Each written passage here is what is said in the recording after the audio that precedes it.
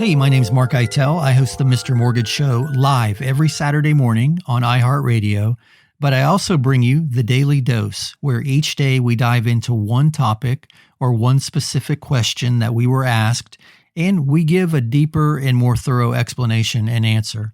So today I had a very interesting situation come across my desk, and I wanted to share it with you. And it has to do with the difference between guidelines and overlays. So each loan program, whether it's an FHA loan, a VA loan, a conventional loan, you name it, each specific loan program has its own very unique set of guidelines.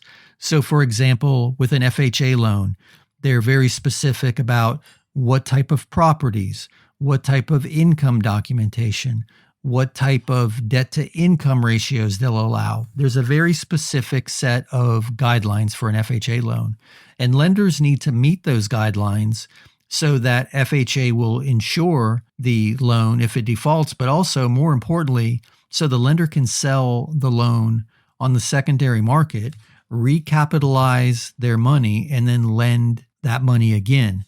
So lenders make money by lending, servicers make money by collecting the monthly payment and peeling off the interest for themselves. So lenders are often looking to make sure that all the guidelines are met so their portfolio is saleable. Now, during times of uncertainty, they may put in place temporary, more restrictive guidelines called overlays. Now, we saw that with COVID because when COVID started and the lockdowns went into place, nobody knew what was going to happen. Nobody predicted this crazy, rapidly appreciating real estate cycle that we have experienced.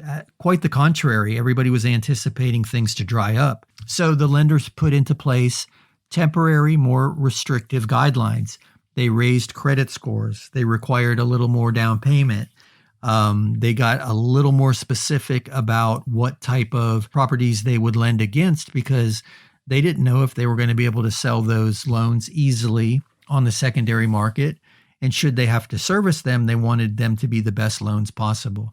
Also, too, a lender may put temporary restrictions in place if they're getting more of one type of loan than they consider balanced in their portfolio. So if their goal is to have 17% FHA loans and all of a sudden they have 26% FHA loans on their portfolio, they may raise their credit score requirements for an FHA loan. Now, that's not a guideline. That's their temporary overlay. And here is why it's important. This is why it's important that you know this. I had a situation today where a friend of mine, who's also a lender, called and their underwriting team denied a loan. And it happened to be a single wide manufactured home. And the underwriting team told this individual that it was an FHA guideline. So this is a friend of mine. She knows that I geek out on the guidelines, so she called me. And I assured her it's not an FHA guideline. FHA has no restriction on single wide or double wide. They do have a restriction on the age of the home, but not single versus double wide. We were able to determine in the guidelines that this is not the case. And she went back to discover that it was their overlay. The underwriter was underwriting to their lender guidelines. So long story short, this is a loan that we can do because we do not have the overlay restrictions on the FHA guidelines. Here's another one that happens often, and this is quite confusing. VA loans have no minimum credit score requirement. It's not in the guidelines. There's no minimum credit score.